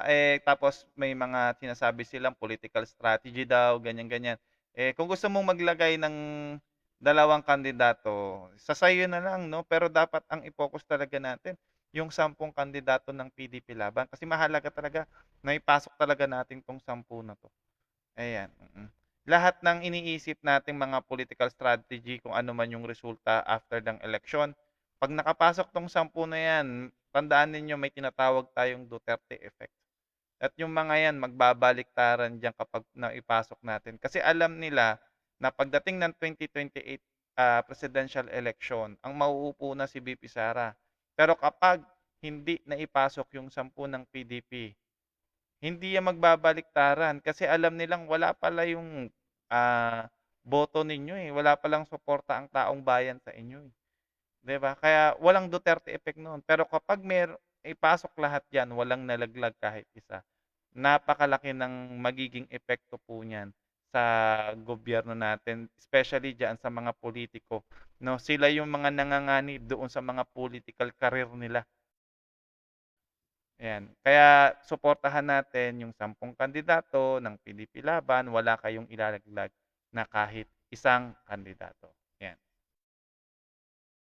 Kumbaga, yung mga yun, patalo yun eh. Yung top 40 to top 50, patalo ho yung mga yun. Patalo yun, kahit anong gawin lang, patalo yun. Ngayon doon tayo pipili para lang hindi mapunuhan yung tayo na susundin natin. Hindi, itong si Ma'am Camille Bivia, parang gusto ko siyang iboto eh. Kasi yung mga bilyar na yan, di ba? Kayo, ano ho bang plano nyo? Secret ko na lang yun sa akin. Kung susundin yung sinasabi nitong si Atty. Jimmy, nasa sa inyo ho yun. Pero magandang strategy yung sinasabi niya. Tuloy. Dagdag pa nito, malinaw na ang endorsements ni VP Sara sa panahong ito ay tungkol sa political survival. Hindi, political survival kayo talaga. Oo, eto ho. Speaking of political survival, pakinggan ho natin itong pinaka-latest na to. Senatorial survey. Pagka SWSO mga kababayan, wag ho kayong maniwala dyan. Ako, isa ho sa mga galamay ni Tambalos siyang SWS na yan. Pagka Pulse Asia, medyo okay, pwede natin paniwalaan kahit paano. Pwede natin siyang tignan. Yan. Pulse Asia medyo pwede makatotohanan. Kahit pa paano merong basihan. Pero itong social SWS na to, ano na ho yan? Isa na ho sa mga kinakasangkapan ng mga tambalus-lus yung survey firm na yan para ikondisyon ang utak ng ating mga kababayan na itong mga kandidato na to, papanalo to. Ayang. Idagdag ko rin, no, yung mga survey kasi, mga political tool din yan for mind conditioning doon sa mga botante. Kasi normally, ang mga Pilipino, kapag alam nila kung sino yung mga nasa higher rank sa mga survey, yun na rin yung sinusuportahan. 'Di ba? Yun na rin. Kaya ang ginagawa nila doon sa mga nagpapa-survey, halimbawa ako, tumatakbo akong senador, ako yung magi-sponsor ng survey. Siyempre, di na ako nagpa-sponsor tapos ang resulta ng survey nasa dulo ako. Siyempre, ilalagay ko yung pangalan ko doon medyo mataas-taas naman. 'Di ba? Na pasok ako doon sa Magic 12, 'di ba? Ganun po 'yan kasi mind conditioning 'yan. Ginagawa nilang tool din 'yan sa eleksyon. Kaya maraming mga politiko talaga na gustong ipatanggal ang mga survey pagdating ng eleksyon eh kasi nga ganyan yung nangyayari. Nagiging tools po 'yan doon sa political campaign ng mga politiko. 'Yan. Nama-mind condition kasi yung ibang mga kababayan natin. Ayan, continue natin. Ito sila. Pakinggan nun natin. Game. Siyam na pambato ng administrasyon sa pagkasenador ang nanatili pa rin sa top 12 ng survey ng social weather SWS, syempre. stations ngayong Abril. Pero ang nangunguna ang re-electionist na si Senador Bongo na pinili ng Hindi ho nila pwedeng tanggalin dyan. Si Senator Christopher Bongo. Maging yung mga sinesurvey nila, kinakandakan nila ng survey, mga kaalyado ho nila yan. Mantakin nyo, kaalyado na nila. Mahal pa nila itong si Senator Christopher Bongo. Isipin nyo na lang ho mga kababayan kung ano nga ba talaga ang tunay na puntos dyan sa SWS social weather station na yan sa Papansinin ninyo, etong SWS na to, laging pasok dito yung mga alyansa. Pero pag titignan mo yung mga ibang survey firm No, nakikita mo na paangat talaga yung mga yung PDP laban, 'di ba? Kita mo pa lang yung suporta pa lang ng mga tao sa sa PDP laban sa social media, even sa yung mga lumabas ng mga nagrally, mga nag-prayer rally, 'di ba? Diyan sa kalsada. Not only in the Philippines, even sa abroad. Kita naman natin yung suporta doon sa PDP straight ni PRRD, 'di ba? Doon pala makikita mo na nagtataka ka bakit etong mga PDP slate na pagdating sa SWS, hindi sila nakakapasok. Ang nakakapasok, etong mga kandidato ng mga alyansa at ng mga kakamping na hindi nga natin naramdaman nangampanya. Ngayon ba nararamdaman nyo bang nangangampanya yung mga yan? Hindi nga nagpapakita yan sa OFW. Oh, di nga yan makarating dun sa Mindanao. Oh. Tapos sila yung pasok doon sa survey. Tignan nyo yung PDP laban, everyday meron silang campaign rallies. At yung campaign rallies nila, kunyari ang campaign rally nila halimbawa lang sa Cebu o nung isang araw sa Zamboanga. Nag-campaign rally sila sa Zamboanga, no? Meron pa yung mga satellite campaign, no, sa iba't ibang lugar dito sa bansa natin, 'di ba? At naka-broadcast pa 'yan doon sa SMNI. Even abroad pinapanood yung campaign rallies na 'yon. Pero etong alyansa, hindi nga natin alam kung may rally pa silang ginagawa, hindi na nga natin sila nararamdaman. Pero pumapasok sila dito sa survey. O, 'di ba? Malaking kalokohan talaga 'to. Ewan ko na sino maniniwala sa ganitong survey 'di ba? Ayan, continue natin. Survey. Sa tingin nun natin, pasok tong 10 na to Kumbaga, yung mga yan kailangan mailagay dyan yan. Pagka hindi ilagay dyan yan, baka balikan sila noong ika nga kung ano man ang napag-usapan. Di ba? Ito pa, even sa ito nila-live nila yan doon sa sa PTV4 na dito sa YouTube, 'di ba? Nila-live nila sa mga social media. Walang nanonood sa kanila, 300. Hindi nga umaabot ng 100 yung viewers nila. Tapos pasok sila doon sa Magic 12. Wow. Wow, dagat. Maniniwala si Kiko pumakapasok kasi laging pinag-uusapan Diba? Wow, magic. Pinagloloko tayo ng mga to Yan. Akala naman nila, maloloko nila yung tao. Matatalino na yung mga tao ngayon. Diba? Ang administrasyon na to, mahilig ho sa dandil yan. Baka dandil na yung SWS na yan. Kaya kailangang maset ang kaisipan ng Sabihin nila, nilagay nila dyan, tignan mo nga, number 1 nga si Bongo sa survey. Natural, ilalagay nila talaga yan. Diba? Ilalagay talaga nila number 1 si Bongo kasi alam naman nila na maganda yung naitulong nito ni Bongo at maraming suporta to. Si Senator Bongo para masabi lang na hindi bias yung kanilang ginawang pagsusurvey. Pero mamantakin mo, 'di ba? Nakapasok Lito Lapid. Top 3. Top 3 si Lito Lapid sa survey. Ano bang ginawa niya? Hindi nga natin naririnig yan Ano bang plataforma niyan? 'Di ba? Top 3 Lito Lapid. Tataka ka talaga. ang ating mga kababayan na itong mga kandidato na to, sila ang dapat na manalo sa susunod na election. 45% ng mga respondent. Pumapangalawa si ACT-CIS Representative Erwin Tulfo. Pangatlo naman ang isa pang Anak ng tokwa, Lito Lapid daw. Lito Lapid daw, pangatlo. re-electionist Pambihira, na si Senador Lito Lapid. Tabla sa 4th at 5th place sina dating Senate President Tito Soto at Senator Pia Cayetano. Habang pang-anim si Senator Bato de la Rosa. Nasa ikapito at ikalawang pwesto naman sila Senator Bongbong. Diyan pa lang mga kababayan, makikita na ho natin, nakargado. Mantakin nyo, ayan ho mga kababayan, maliwanag pa sa sikat ng araw. Congressman Rodante Marcoleta, hindi na naman ho nila pinapasok. Lahat ho ng mabibigat. O sige, ganito, hindi ko sinasabing mahina sa debate, mahina sa pagtatanong, mahinang mag-scrutinize. O, 'di ba? Wala, na 7-8 si Bong Revilla tsaka Ben Tulfo. Sa number 9 si Abby Binay. Number 10 Camille Villar. Number 11 Ping Lacson. Number 12 Manny Pacquiao. Bantakin mo 'yon, wala si Kong Marcoleta rito sa Magic 12 nila. Sa Publicos Asia nandoon. Sa mga online surveys nandoon sila. 'Di ba? Tapos tatanggalin niyo si Kong usap-usapan nga lagi at laging trending nga si Kong Marcoleta tapos hindi mo pinasok. Mas pumasok pa si Manny Pacquiao. Ito, magtataka ka, top 3, Lito Lapid. Di ba? Sabi nga dito ni Sir PH Update, talagang itong survey na to na nilabas ng SWS, alam mo na talagang kargadong-kargado tong survey na to, no? Tignan mo naman, puro alyansa yung nakapasok na hindi man lang nangangampanya. Pasaway eh. Nice itong si Senator Bongo at itong si Senator Bato de la Rosa. Pero aminin na ho natin, hindi ho yun ang gift Ayun pa, yung isa, si Senator Bato de la Rosa, hindi rin pasok sa survey. Ano ba naman to? ng dalawa na yan.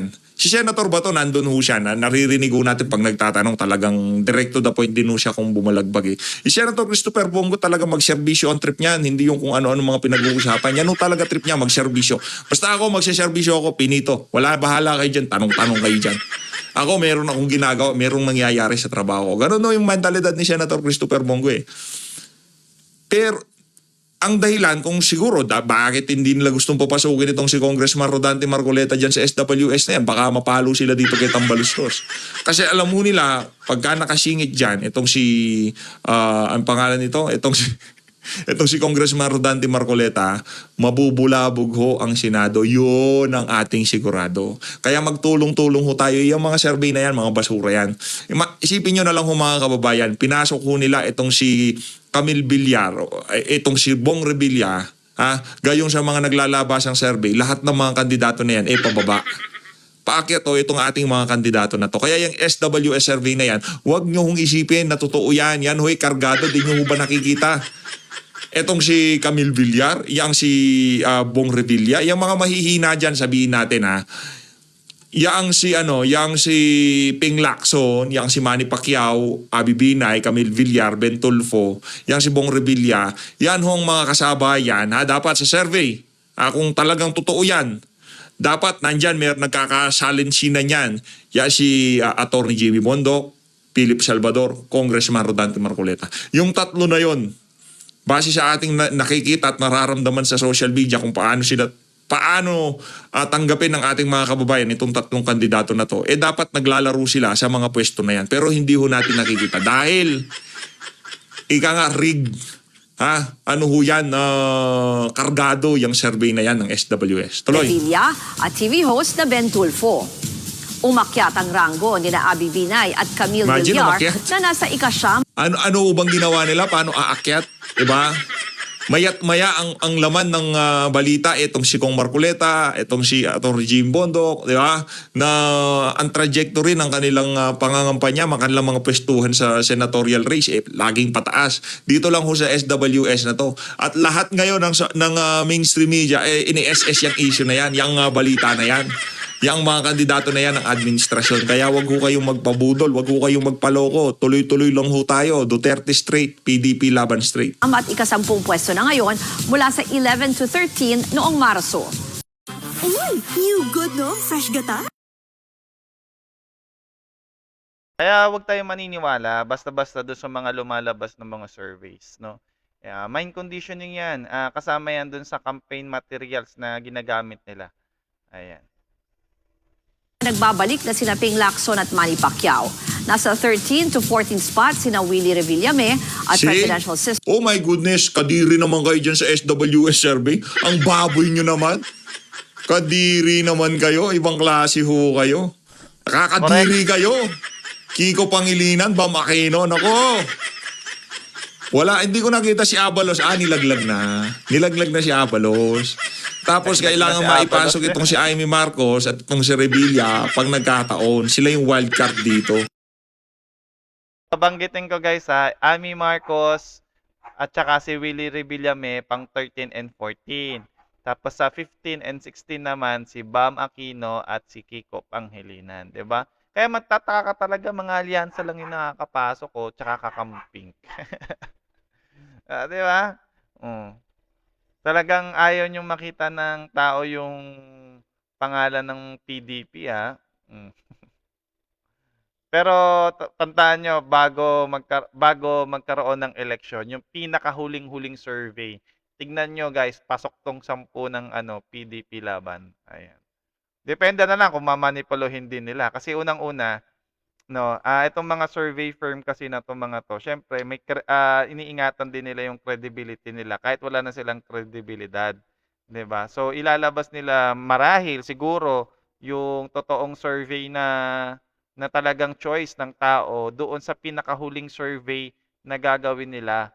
'Di ba? Kaya ilalabas na nila diyan na yan nag-aangatan na yung mga numero, yung medyo malapit sa katotohanan na yung ilalabas nilang survey. Kasi ayaw nilang masira yung pangalan nila eh, 'di ba? Tingnan mo yung nangyari nung panahon ni yung tumatakbong senador etong si Senator Robin Padilla, 'di ba? Wala naman yan sa top eh. O hanggang sa pinakahuling-huli wala sa top yan si Senator Robin Padilla. Mantakin mo na siya pala yung numero 1 sa Senado.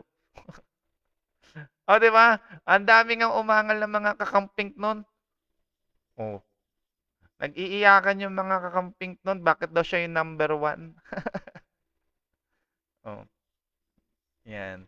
Kaya ito, pasaway itong SWS na to eh. Sabi nga ni Sir PH masasabi natin kadiri talaga. 'Di ba? Kumbaga basura talaga tong na to, survey na to. 'Di ba? Hindi makatotohanan, sobrang layo niya doon sa katotohanan. Biruin mo ang sinisigaw ng tao sa labas, yung mga peaceful rallies, 'di ba? Yung PDP, even sa social media ang sinisigaw ng tao, sokmed. At etong PDP laban, tuloy-tuloy ang campaigning nila everyday. Pero etong alyansa, etong kakamping na to, hindi nga natin sila nararamdaman magkampanya. Mangampanya, even nga sa OFW eh. O, eto, baka may mga OFW nandito. Narinig nyo na ba ng kampanya tungkol sa inyo? Wala, 'di ba? Ang nangangampanya lang yung PDP laban kasi meron silang mga satellite na campaign o online, 'di ba? Yung iba wala. Nga. Hindi nga makapunta, sabi ko nga kanina, hindi nga makapunta ng Davao eh. Ng Davao or ng Mindanao eh para mangampanya eh. Tapos pasok diyan sa Magic 12. 'Di ba? Saan kaya nila kukunin 'yun? Hello po, Madam Maricar Vasquez, no? Saan kaya nila kinuha tong survey na to? Ayan. Kaya wag kayo agad-agad maniniwala. Tama si Noli dito, no? Mind conditioning talaga tong ginagawa nilang survey. Kasi ang tao, ang preference nila, para makapasok po doon sa survey is, pag sino yung pumasok doon sa 12, ang konotasyon kasi ng tao, normally, ang iboboto niya kung sino yung kilala, kung sino yung mas pinapaboran ng maraming tao. Pero right now, hindi ganun. Hindi na ganun na ang pagpili ng tao. 'Di ba? Kundi kung sino ba yung talagang boboses sa taong bayan pagdating nila diyan sa gobyerno. Kasi sawa na ang tao eh. Yung mga OFW, ano ba sinasabi ng mga OFW natin? 'Di ba? Oh, ibalik ninyo si Tatay Digong, walang nakikinig sa kanila. Sa mga OFW natin. Nung sinabi nilang no remittance, o 'di ba, nagngangal-ngalan ngayon sila. Ayun yung gusto ng tao ngayon, yung pinakikinggan sila, hindi yung pinakikinggan ng mga politiko, yung sarili lang nila. Yung may mga personal motive or agenda lang. Ayan. Continue natin. Okay. Oh. Wala, nakita niyo yung mga kababayan, wala ko silang gustong papasukin dito sa mga kandidato natin, lalo na yung mga abogado, Attorney Vic Rodriguez, Congressman Rodante Marcoleta, Jimmy Bondok, naku. Laking sakit ng ulo ng administrasyon pag nagkataon. Pero sigurado ko tayo makakapasok ng mga to. Nakakaiyak. Correct, no? Masakit talaga. Kaya yung inangal-ngal-ngal nila dyan, yung dito pangalan, nangangal-ngal na sila dyan kay Amy Marcos tsaka Camille Villar na pag-endorso ni VP Sara.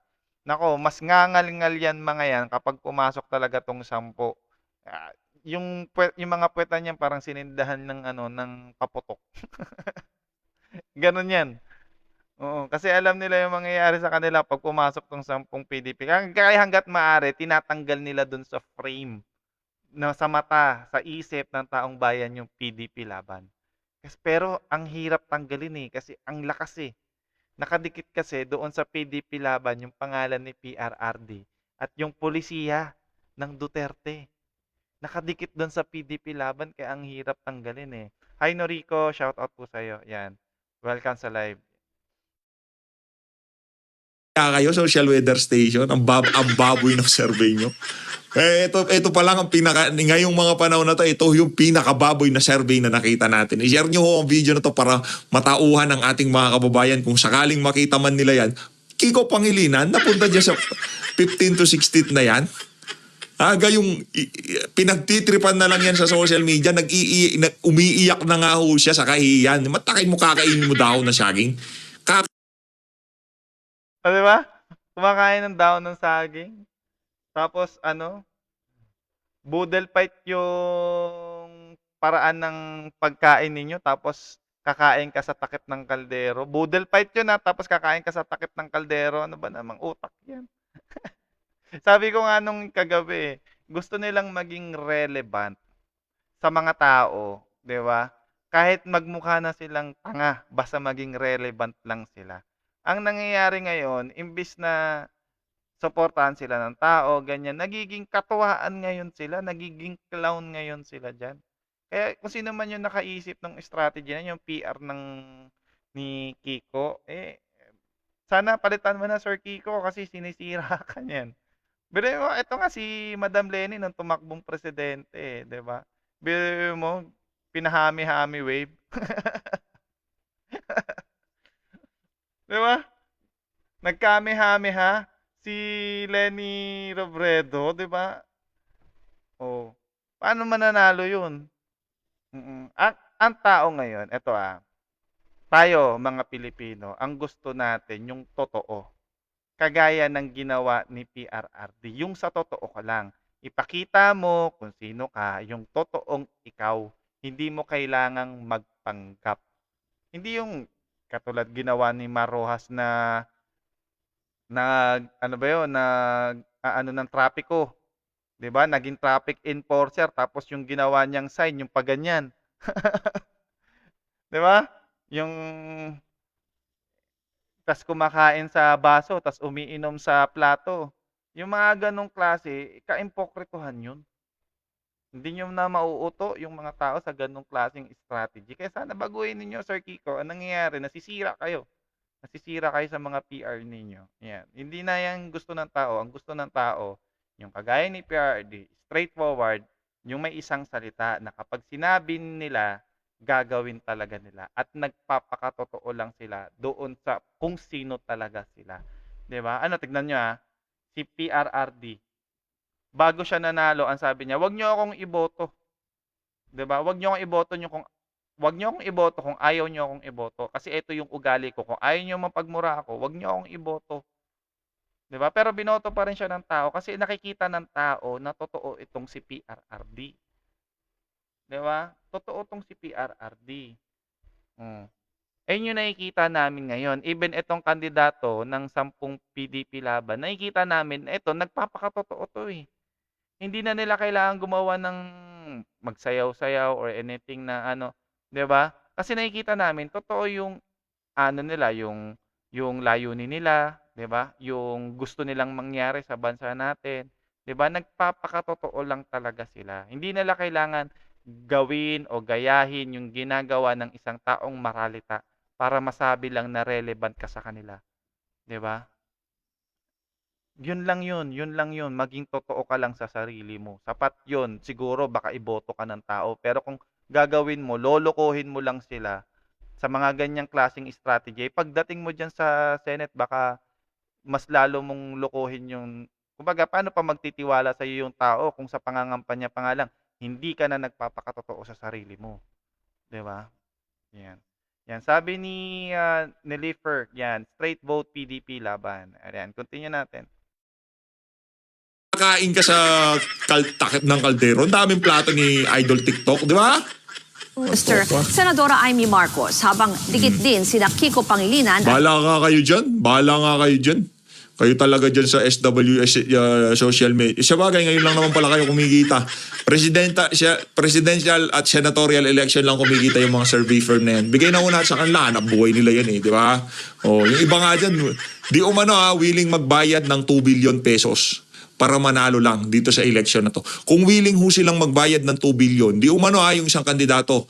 What more ang kaya nilang ibayad dyan sa mga survey na yan para maipasok lang sila dyan sa Magic 12. Kasi yung pagpasok na yan sa survey, daig pa ho yan ng pag-ikot sa buong Pilipinas. Kasi yung mga Pilipino kasi meron silang bandwagon tendency. Yung tipong pagka nakikita nila tong kandidato, naku malakas to, ito na lang boto natin, pwede na. Yan yung sinasabi natin kanina, no, na ganyan yung ibang mga Pilipino. Na kung sino yung nakikita lang nila na nasa top 12, okay na yun yung iboboto. Pero right now, hindi na ganun. Hindi na ganun ang choices ng mga tao. Dahil doon sa mga nangyayari ng mga nakaraan, kumbaga yung ganung kaisipan sinira yun ni PRRD. Kasi dati, nung wala pa si PRRD, akala natin lahat ng mga politiko pare-parehas, lahat sila corrupt, lahat sila mga buwaya, 'di ba? Kaya kahit sinong may upo diyan, pare-parehas lang yung mga pinagagawa nila. Dati ganun yung kaisipan ng tao. Pero nung naupo si PRRD, nagulat tayo, aba hindi pala. Hindi pala lahat ng mga politiko ganyan. Kung susuriin at titignan lang talaga natin na meron talagang mga politiko na merong political will talaga na tumulong sa tao. At nakita ng tao yon at naramdaman ng tao yon nung panahon ni Tatay Digong. 'Di ba? Kaya ang preference ngayon ng tao, no, kapag totoo ka sa sarili mo, kagaya ng preference ni PRRD, kumbaga naging standard talaga yung pagiging politician ni Tatay Digong sa lahat ng mga politiko. Ayan. Kaya din talaga pagpasensyahan na ng mga politiko, yung mga kababayan natin, tayo mga Pilipino, na naging ganun talaga yung isipan namin. Kasi nga, naramdaman talaga namin yung totoong pagbabago nun. Hindi nyo maikakaila yun, no? Kasi experience yun ng bawat isang Pilipino, kaya ang hirap talagang tibagin nun. Personal experience. Ayan, hindi mo siya basta-basta mapapalit o mababago dun sa utak namin. Kasi nga, naramdaman namin at na-experience namin sa sarili namin yung pagbabago nung panahon ni Tatay Digong. Diba? Yan, continue natin. Na yan, para at least yung binoto ko nanalo, di ba? Ayokong bumoto ng patalo. Ganyan ho ang mga Pilipino, yun ang mentalidad na kailangan ho nating tanggalin sa kamalayan ng ating mga kababayan. Iboto lang ho natin kung sino yung mga magtatrabaho. Hindi yung forget, naku, pumasok siya dyan sa SWS. Puro kasinungalingan naman ho yung ano na yan, yung survey na yan. Wag ho kayo maniwala, puro kababuyan. Yun ang ating sinisigurado dito. Dito tayo kay Ate Claire. Dito kay Claire Castro. Naku, pinag-usapan ho nila dito yung survey, yung trust and approval rating nito si Marcos Jr., di ba, sumadsad. Magsasalita na ho sila, magsasalita na ho ang Palasyo kaugnay dyan sa issue na yan. Pakinggan ho natin ang tugon ng Palasyo dyan sa lumabas na survey na yan. Heart na naman. Isa pa uli, isang lap trip pa uli, si Madam Auntie Claire. So, let's go. Papakita na malaki po yung ibinaba ng Sa kamalayan ng ating mga kababayan. Iboto lang ho natin kung sino yung mga magtatrabaho. Hindi yung forget, naku, pumasok siya dyan sa SWS. Puro kasinungalingan naman ho yung ano na yan, yung survey na yan. Wag ho kayo maniwala, puro kababuyan. Yun ang ating sinisigurado dito. Dito tayo kay Ate Claire. Dito kay Claire Castro. Naku, pinag-usapan ho nila dito yung survey, yung trust and approval rating nito si Marcos Jr., di ba, sumadsad. Magsasalita na ho sila, magsasalita na ho ang Palasyo kaugnay dyan sa issue na yan. Pakinggan ho natin ang tugon ng Palasyo dyan sa lumabas na survey na yan. lumabas na Pulse Asia survey na nagpapakita na malaki po yung ibinaba ng approval at trust ratings ni President Marcos. How concerning is this for the President? Nalaman po natin na ang respondents dito ay 2,400. So sa 2,400, hindi naman po ito nagre-reflect ng sentimiento ng kabuuang more than 100 million people or Filipinos in the country. But dahil nga nakita at nabanggit natin itong mga fake news, sumasalamin din po ito sa impluensya ng mga fake news na nagkakalat. Ano bang fake news sinasabi nitong alin na to? Ano bang fake news yung dumudugo yung bunganga ni Marcos Jr.? Ayaw niya magpa-hair follicle test? Daming nagugutom ngayon, panahon na to. Talagang napakalaganap ng kriminalidad. Bagsak presyo ang pinagbabawal na droga. Alin ba doon ng fake news, Aling Claire? Di ko namin alam kung alin doon yung mga fake news. Kasi yun ang nakikita ng ating mga kababayan. Ngayon, kung yun ang mga naging dahilan, kung bakit bumaba ang trust at approval rating ni Marcos Jr., meron mo tayong problema dyan? Yan ang nga ba sinasabi natin? Tayo dito, kung ano man ang mangyari sa survey nitong si VP Sara o nitong si dating Pangulong Rodrigo Duterte, sinusubukan ho nating yakapin, sinusubukan ho nating intindihin. Hindi yung porket hindi lang pabor sa iyo yung survey, ganyan na kagad yung banat mo. Diba? Pulse Asia. Ngayong mga panahon na to, hindi naman SWS yan eh. Pagka SWS, sigurado merong galamay dyan si Tamba, kaya hindi na natin pwedeng pagkatiwalaan. Pero dyan sa SWS, kahit papaano, medyo disente pa naman yung mga nagkakandak na survey dyan. Yun ang ating nakita dyan sa mga naglabasang survey na yan. SWS, sira na ho yan sa sambayan ng Pilipino. Yung Pulse Asia, kahit papano. Basta tuloy-tuloy lang nila yung kanilang ika nga. Wag silang masyadong maging gahaman. Marami na kayong pera, kayo dyan sa di ba? Okay na yan. Itong sa walang kabusugan yung mga taga-SWS eh. Yan. Patapos na lang eleksyon, gutom pa rin sila. Naknanto ko, hindi lang naman ho mga national candidate na nagpapasurvey dyan sa mga survey firm na yan. Hindi lang ho mga national candidate ang nagbabayad sa mga yan. Yun ang atin dito. Ngayon sinasabi nyo, hindi yan refleksyon ng daang-daang mga Pilipino, yung survey na yan. Okay, wala problema. Kung sinabi mo yan, Aling Claire eh. Kung sinasabi mong hindi yan refleksyon ng sambayan ng Pilipino, wala problema. Pero hindi natin mababago ang katotohanan na sinungaling ang amo mo. Traidor ang amo mo at walang ginawang mabuti sa Pilipinas, yang si Marcos Jr. mula nung naupo siya sa Malacanang. Anong i-rebat nyo doon?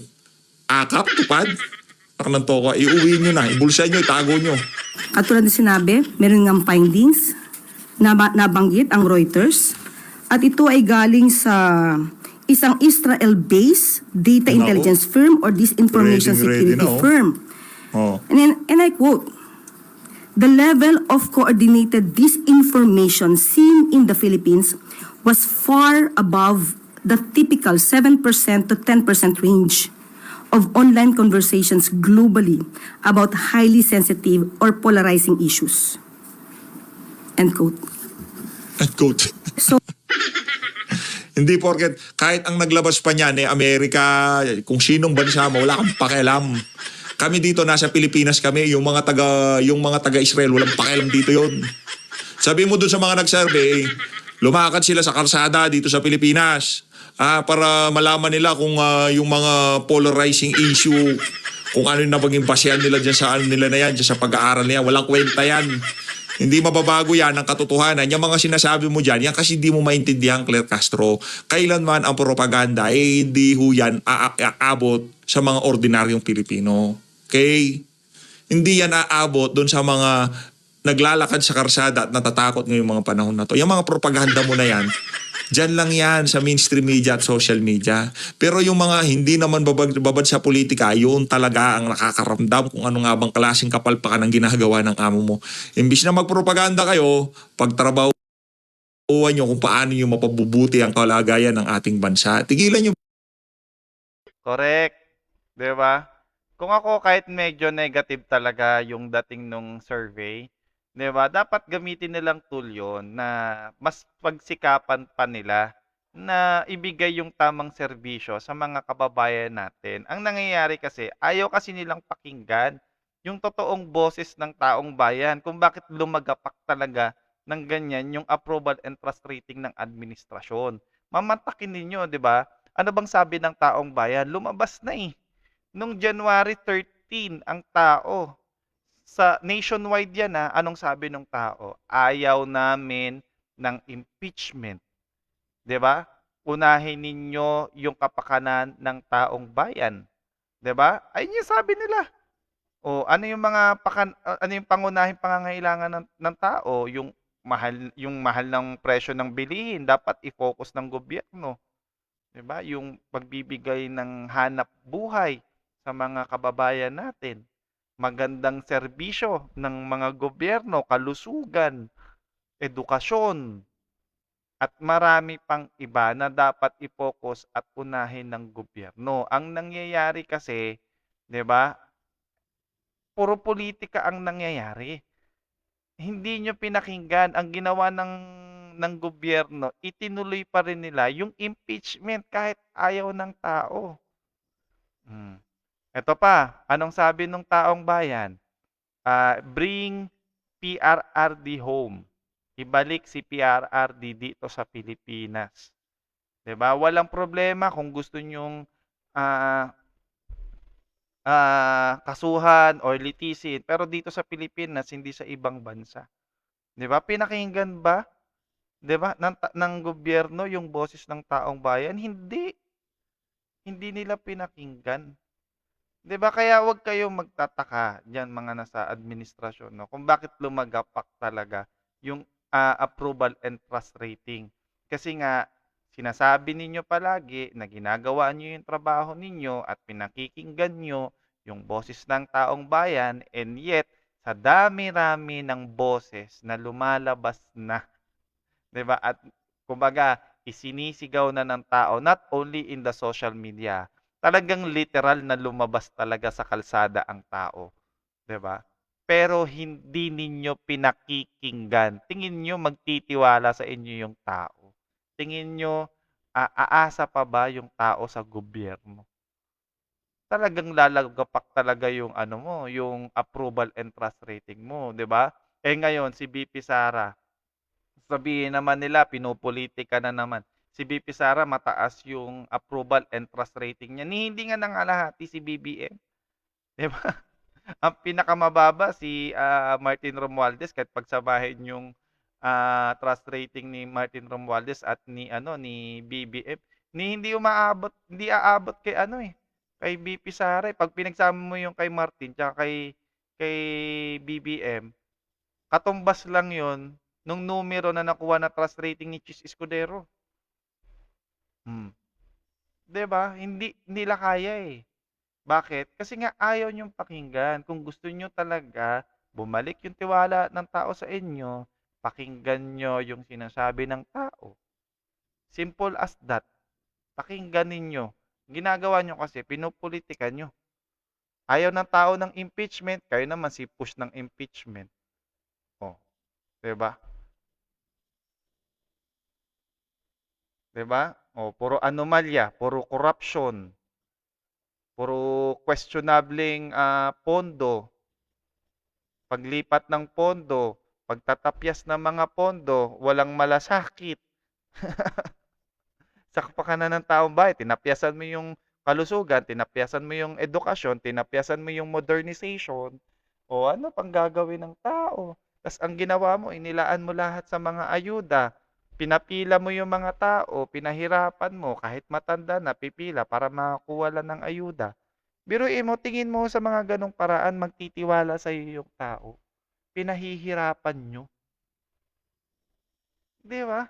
Imbis na direkta na sana nakakatulong sa edukasyon, pang long-term solutions, di ba, ang gawin. Eh, ginagawa nila yung short-term lang. Kung ano lang yung mapapakinabangan ngayon, yun lang yung gagawin nila.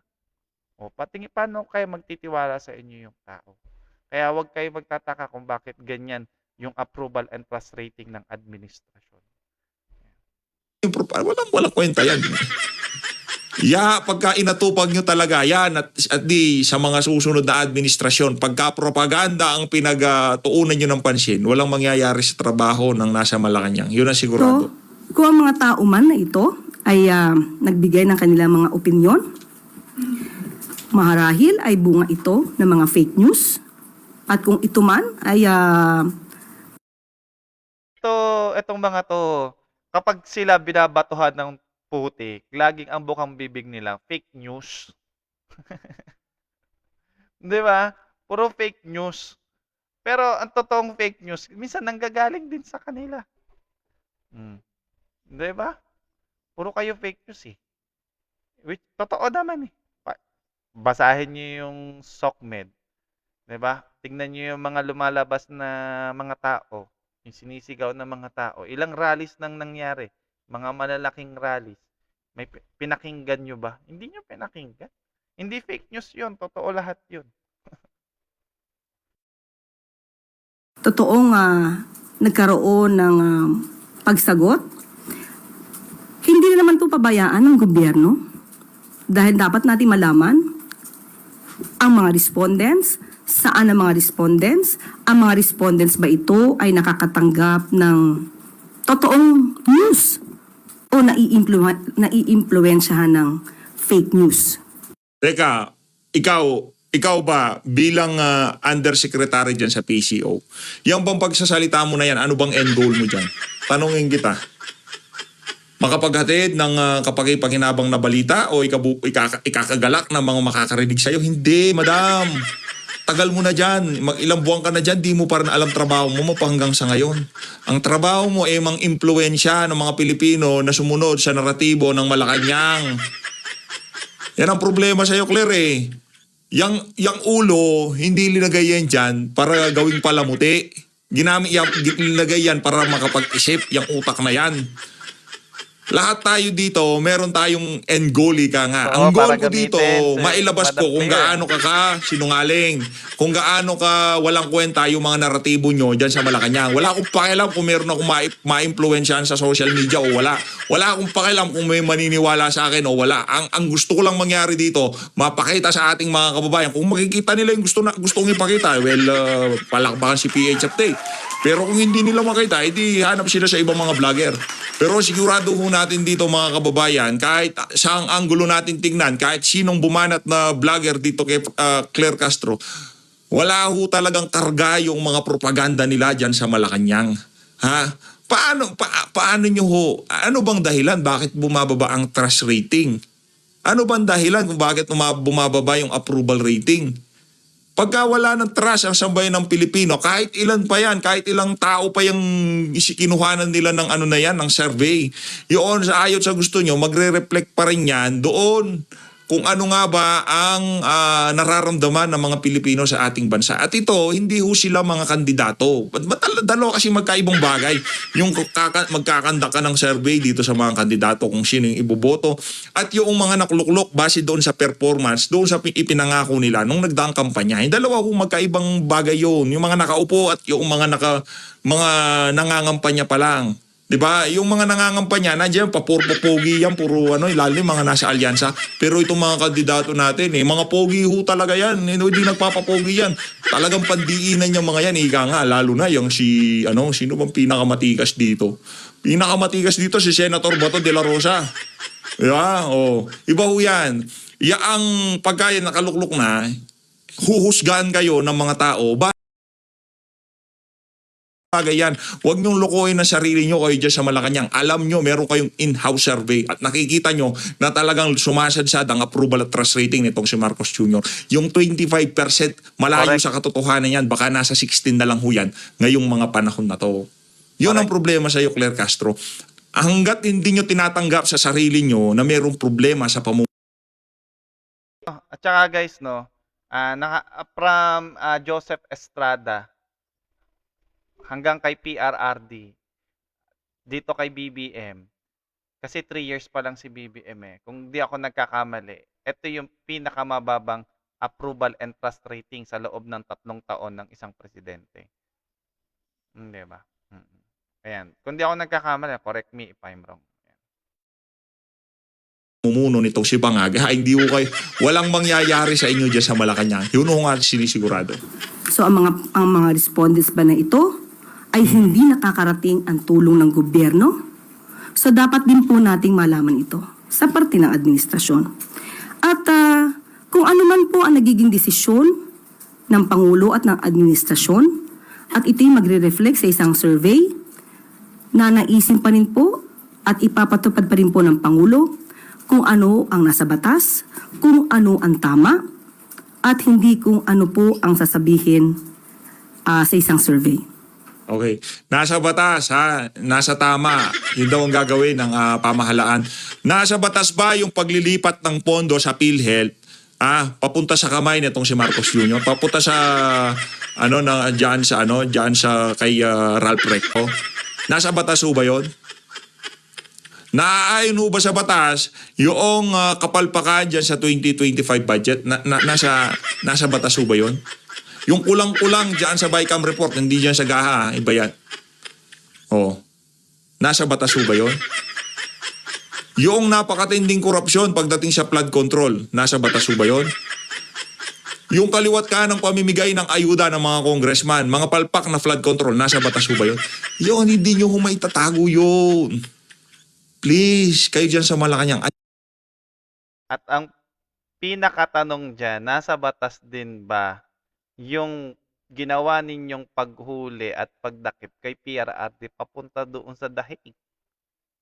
'Di ba?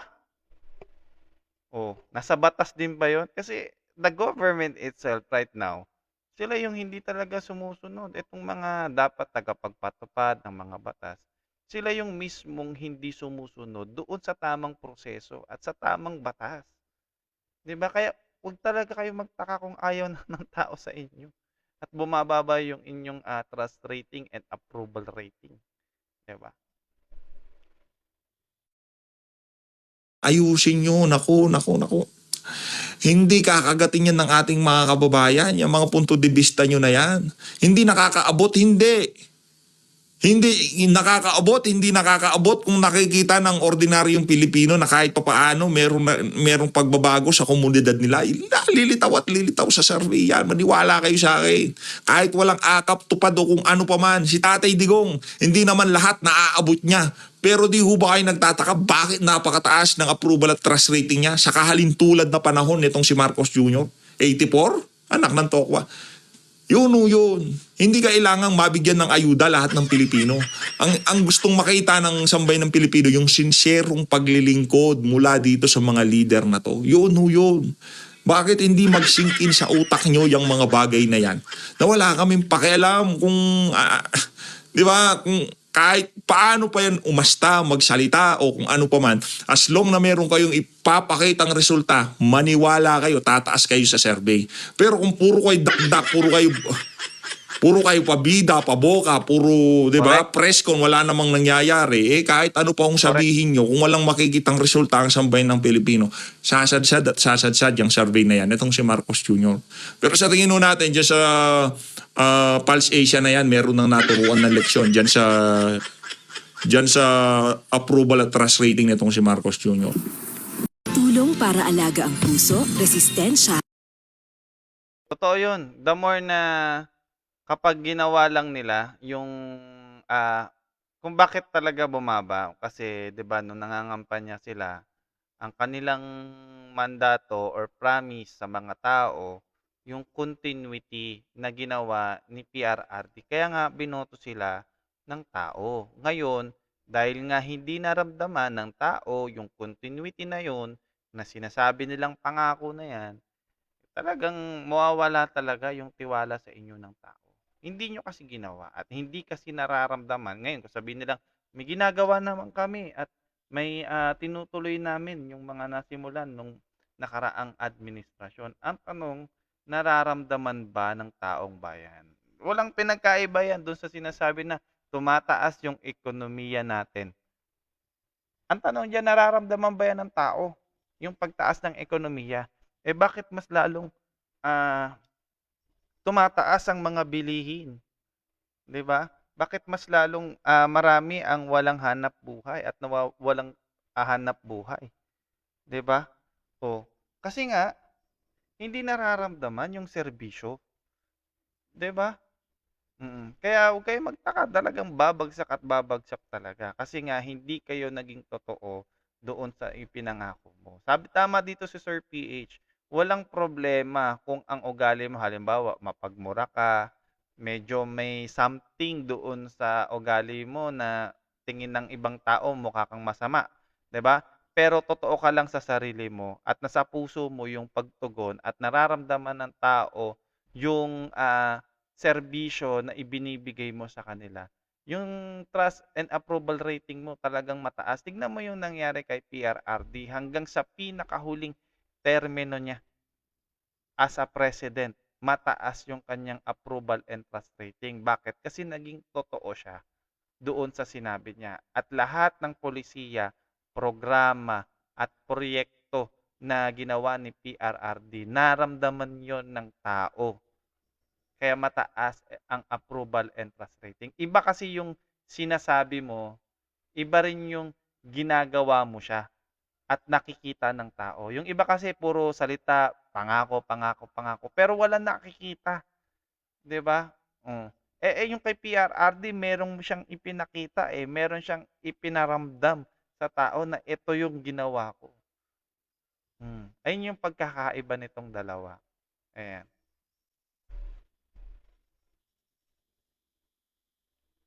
Na leksyon dyan sa approval at trust rating nitong si Marcos Jr.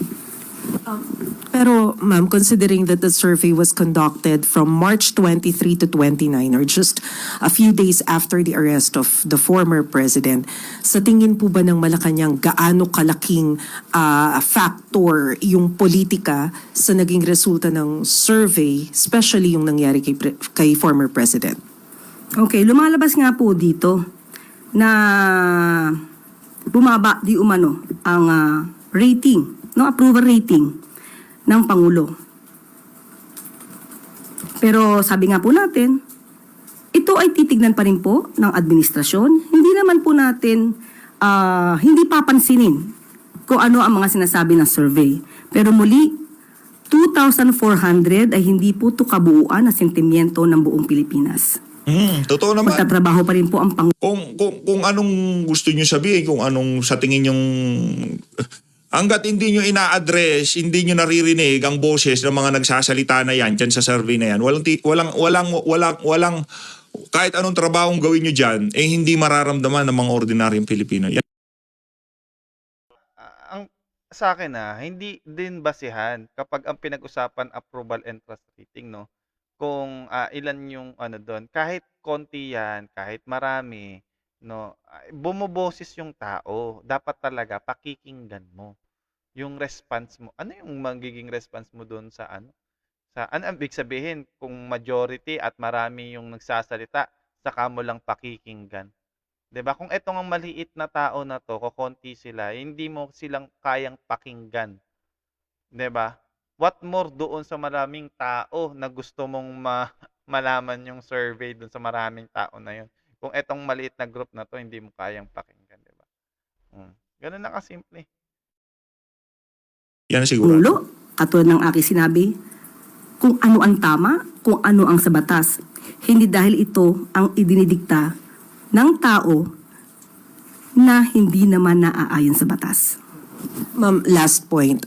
During the interview of Pulse Asia President Ronald Holmes over through FM, kanina lamang po ito, ang sabi niya, isa daw marahil sa dahilan ng pagtaas din ng disapproval rating ni PBBM ay yung pagtugon sa pangunahing problema like yung matataas na presyo ng bilihin, kakulangan sa kita o yung sahod at yung paglaban daw po sa katiwalian. Where do you think the problem lies? Una, tignan natin.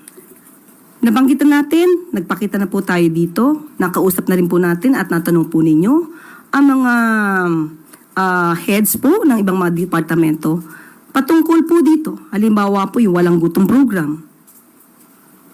Kaya nga, ang tanong po natin dito, 2,400, nakakarating po kaya ang serbisyo ng gobyerno? Kulang pa yung mga ayuda. Yatid nyo muna.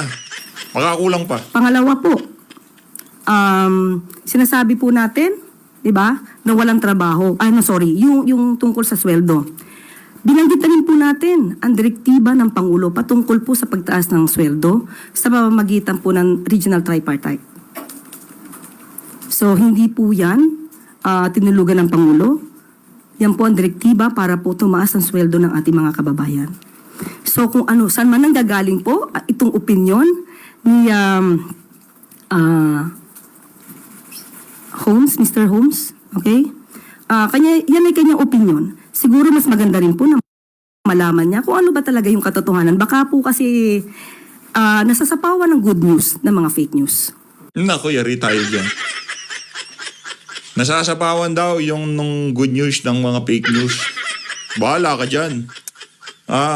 Ano kayang fake news na sinasabi nitong si Claire Castro? Halimbawa, itong pagsasalita ko na to laban sa mga dyan sa mga binabanggit mo sa press ko na yan, fake news, ganon? Sinasapawan namin, ganon? Ay, goodness. Wala, ganyan ho talaga mga kababayan. Yan naman ho talagang trabaho nitong asa nito ni Marcos Jr. Ang trabaho talaga niyan, makipagbardagulan. Basta humarap yan dyan sa Malacanang press cartel, ano ho yan? Wala naman ho accomplishment report o kung ano pa mang kabalbalang sasabihin niya na ganito, nagawa ng administrasyon, meron tayong good news, wala akong gano'n. Game, bardagulan ka agad. Ano bang mainit na usapin social media? Yang survey, naku tara, ilatag mo yan, pag-usapan natin. Ganun ho yan. Ganun yan si Claire Castro. As always, maraming salamat ho sa pag-support sa PH Update. Mag-ingat ho kayo lahat. Alright? So, yan. Punta na tayo dito sa second, guys, ha? Mabilis na lang to. Ayan. Uy, Lucky Me pa. Ayan. Dito sa second natin pag-uusapan. Ito, napaka-importante nito. Let's go. Wait lang.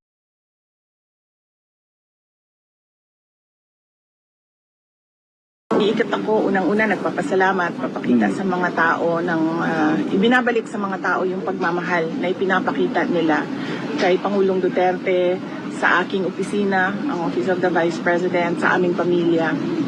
At pangalawa ay yung pag-ikot at pagpapaintindi sa mga tao kung gaano kahalaga ang straight ang boto nila sa 10 candidates ng Duterte. Ang kahalagahan nun ay maituloy kung ano yung nasimulan ni Pangulong Rodrigo Duterte. At itong mga candidates na ito ay nagsabi sila na naiintindihan nila. Kasi kung maalala nyo noong 2022, ang platform ay unity and continuity. Pero sa nakikita natin ngayon, wala namang continuity.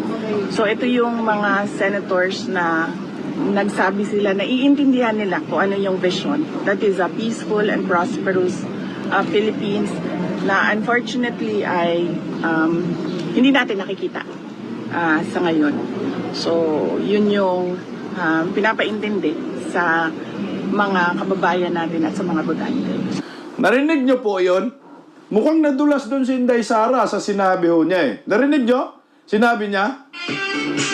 Nadulas si Inday dito. Diba? Very clear kung sino dapat yung suportahan natin, 'di ba? Pagdating ng eleksyon. Yan. So ito ulitin natin ulitin na lang natin, no? Doon sa mensahe talaga ni VP Sara kung sino ba talaga yung dapat suportahan natin pagdating ng eleksyon. Ito na. Iikot ako, unang-una nagpapasalamat, papakita sa mga tao ng ibinabalik sa mga tao yung pagmamahal na ipinapakita nila kay Pangulong Duterte, sa aking opisina, ang Office of the Vice President, sa aming pamilya. At pangalawa ay yung pag-ikot at pagpapaintindi sa mga tao kung gaano kahalaga ang straight ang boto nila sa 10 candidates ng Duterte. Ang kahalagahan nun. Alright, malinaw na malinaw yung mensahe at dapat suportahan na nating lahat, which is itong 10 kandidato straight ng PDP laban. Yan. Narinig nyo malinaw na, no?